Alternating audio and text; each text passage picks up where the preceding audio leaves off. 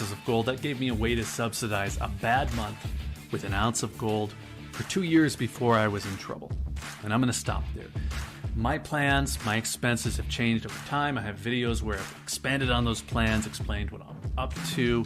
I've increased those goals for what I want to hold. But the point in this video isn't what my plan is or was.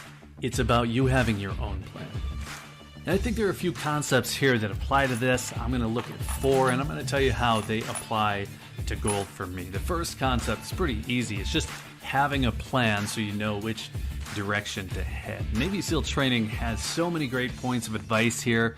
My favorite is don't run to your death. But if that seems a little bit morbid, the idea of slow being smooth and smooth being fast, well, that works too. The idea is to take a minute, come up with a strategy before you jump in. In the case of gold purchases, that means figuring out your budget, means figuring out what you can stick to without being unnecessarily painful, figuring out what to buy so you don't realize that you've made a mistake early, you've just been repeating it over and over, and it means knowing what you're working towards so you can pull motivation from that progress along the way.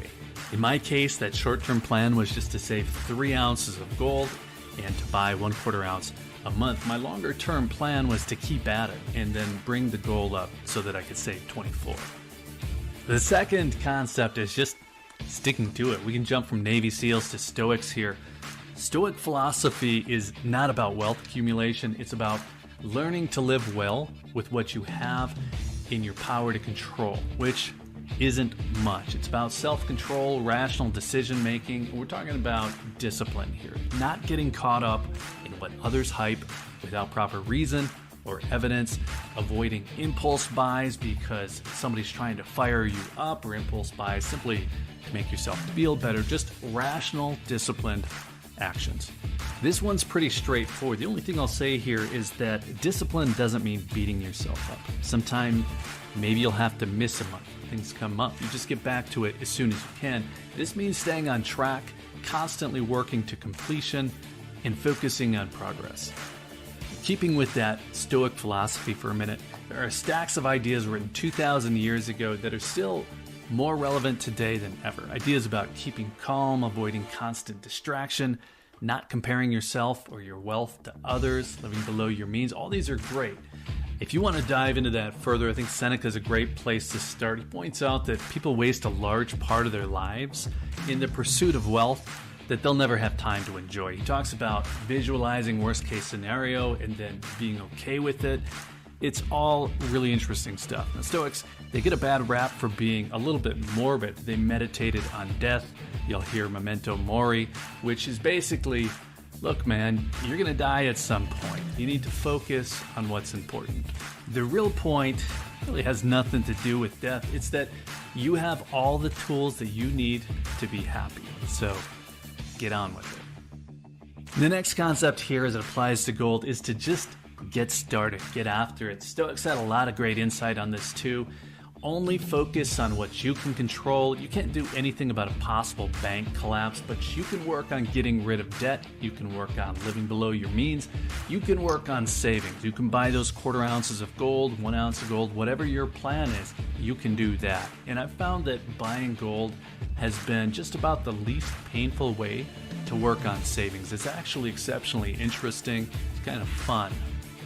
And the reason that's the third concept and not the first is that you really do need to get your plan together before jumping in. That helps you save without getting into trouble in other areas. It's not going to help fund savings if you have to use debt to do it, for instance. You go ham on gold and silver because YouTube is screaming about, I don't know, CBDC overlords coming to steal your monies.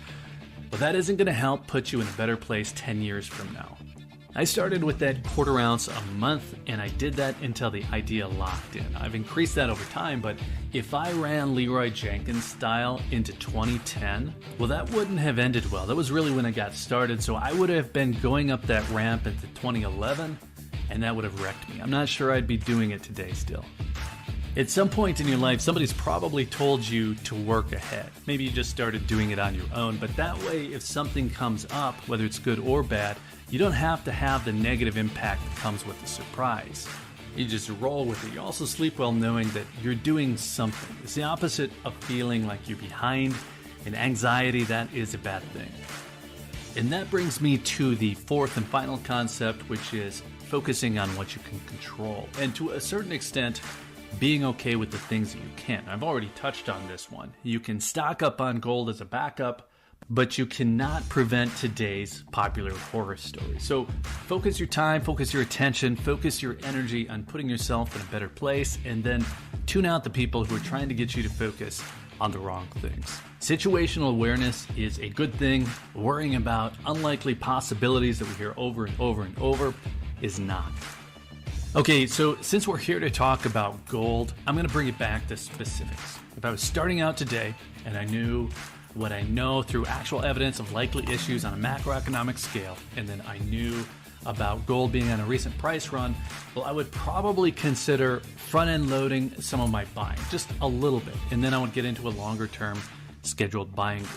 Let's just say that I wanted 3 ounces of gold, and then I wanted to keep doing it. I wanted to continue on. I would probably buy an ounce of gold, and then I would move into purchasing a 1/4 ounce a month. So I would buy an eagle or a buffalo initially, and then I would move into 1/4 ounce eagles.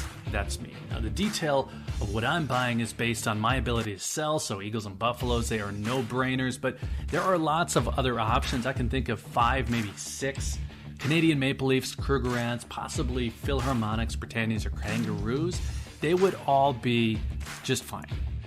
Now we're really getting into pretty specific details here. I think I need different videos to fully explain what I'm getting at here, but it's possible that I might want a 24 karat option for my monthly buy. Now, I'm not sure. Eagles are 22 karat. They're just fine. They are the most popular bullion gold coin in the world. So that means that they're exceptionally popular here in the United States. I also have a lot of eagles already, so that's where my momentum is. I don't want variety. I want easy. But there are days I think I could talk myself into wanting 24 karat instead of the 22 karat, and I could convince myself to buy 1/4 ounce Britannias. And if that seems weird because I listed Britannias toward the end of my list, well, they are a 22 millimeter diameter coin. And the size of the 1/4 ounce coins, it becomes a big deal. I love Canadian Maple Leafs, for instance, but the smaller radius on them, they're 20 millimeter coins, makes them seem a little bit underwhelming at the 1/4 ounce size. Now, these are details that might seem minor. They're definitely things that you need to decide on, but having the fewest moving parts in your plan makes it the easiest to implement. It makes it the easiest to stick to. And in the event that you need to actually sell those coins in some kind of emergency, well, the benefit of ease and speed becomes a much bigger deal. Now, I show plenty of variety on this channel. I have some fun stuff that I really like, but there's no question where I would start. I'd start with the stuff that I know I could liquidate without any headaches at all. The reason that I've circled back on basic planning here is that there's just so much going on right now. There's so many distractions. There's so much bad information. And I understand how that leads to stress purchases. It leads to overall anxiety. And sometimes I just wonder what YouTube does to people, what it does to their mental health. Like, it can't be good. And it's not YouTube, it's the news cycle in general.